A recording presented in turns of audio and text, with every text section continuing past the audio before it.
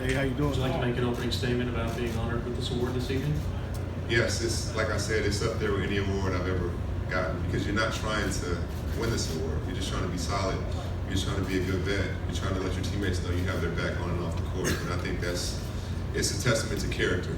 And you have the team's best agenda. You have your teammates' best agenda. It's about them. So I'm very, very proud of this. Thank you. We'll take questions. Third row in the back. Jamal Crawford, Cam Buford, LA News Observer, by way of What's Good in Sports. Let's talk about the city you come from, where you learned to play basketball, and what that passion of not only you, but those who come behind you, what that brings to that area. Talk a little bit about that. And is that being a good teammate, some of the lessons you learned back there as well? For sure. When I was growing up and coming up, guys like Gary Payton, Shawn, Kemp, Doug Christie, they really took me under their wing. And I'm a 16-year-old kid playing at the time, and it gave me hope. It made me think that if these guys who are superstars in the NBA believe in me and say I can make it, I can do it. And I always said if I'm in the position, I want to go back and do the same for the next generation. So seeing a Brandon Roy, Isaiah Thomas, or DeJounte Murray, or Zach LaVine, and just all these guys come up, Nate Robinson, all these guys come up behind me, and they're doing the next thing for the next generation. And I think that's what makes our community special, especially at a time when we don't have the Sonics. You know, because I had those guys to kind of like, I can go see Gary Payton at Key Arena. Now that's why we do my pro-am. So these guys can see, you know, NBA basketball and reach out and touch a Kevin Durant or a Blake Griffin or a Kyrie Irving. Those are guys who came to the pro-am. So, but yeah, so that's why I do it. Thank you. Thank you. Next question, back right. Congratulations on your award, by the way. Thank you. I appreciate it. Yeah, absolutely. You're welcome. Rudy Ray, SB Nation Radio.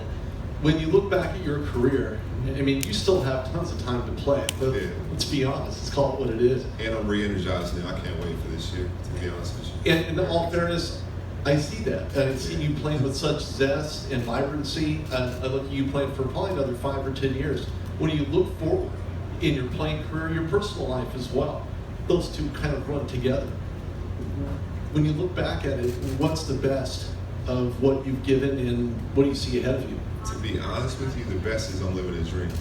Like if you'd have told me when I was 15 years old I'd be in the NBA and play against Michael Jordan or Karl Malone or play against Allen Iverson and Kobe Bryant and all these great players, and these players actually like know my name. Like, are you serious? This is a dream. And I don't take it for granted. I'm not jaded. I'm not, I don't think, you know, I'm a certain level because I reached here. I'm just actually living a dream. And like I said, hopefully I can give those same kids hope that it can happen to you as well. Thank you. Next question, the back center. What's good, Jamal? My name is John from LA Centennial. You just mentioned you were energized. How were you able to sustain yourself as a veteran throughout all these years? I think stay in love with the game. You know, I think that at this level, there's so many different things you can get into. You can get into music, you can get into movies, you can get into, you know, fashion, whatever it is, and you should do that. But for me, I never lost track of what was important to me. You know, it's basketball. The night before I got married, I had a bachelor party with 3,000 people at the gym. That's what a night. So I've never gotten sidetracked. And for me, I think staying in love with the game. When you're in love with it, you'll do anything to play. You know, so I always play every single day. I'm always in shape. I'm always ready to go. So that's part of it. Back right. Hi, Jamal. Todd Elliott, Coast to Coast newspaper. I've been interviewing you over the years with the Clippers, and I just want to commend you on the award, and also just say, how did you learn? And you have so much humility, and you've always been like the best and nicest interviewed person, and just so humble. I'm not sure it's something I learned. I think it was just in me, to be honest with you. Like I've always treated everybody with respect. You know, whether it was a guy who was worth $1 million when I was in high school or the guy that was on the street, I always felt like I could learn something from anybody. And I always felt like every human life was just as important as the next. So I never was like, oh, you're up here, I'm gonna treat you this way. You're down here, I'm gonna say something crazy to you. That was never me. And people that, you know, watched me grow up from 5, 6, 7 years old said I was always the exact same way. So for me, it's just being me. It's not an act or anything. You know, I'm very, very thankful that I grew up that way because now I can teach my kids the same way. And I'm very excited about that. I can see that. Thank you. You're in the front row, in the center. Hi, Lauren Jones, LA Sentinel. I got a chance to catch up with you after the Drew League Pro-Am game last summer, and I'm just curious, you mentioned love of the game and that passion being the thing that sustains you.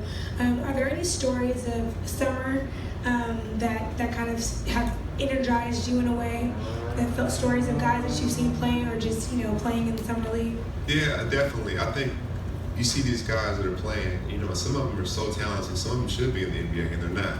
But they'll go across the world to play basketball. I think it's inspiring. I get a lot of inspiration watching kids. My son's 8 years old, he plays, and I'm watching kids and how they interact and the pure love for the game. It's no politics, it's no nothing but just pure passion and love. And I think being around that young group is unbelievable, for me especially. I just don't take it for granted. Obviously, I'm not going to play another 18 years, so, at some point, you want to look back and say, I got the most out of it and I really enjoyed it. So for me, I'm just stuck in the moment. Is there a final question? Thank you, Luke. Congratulations. All right, thank you. I appreciate it.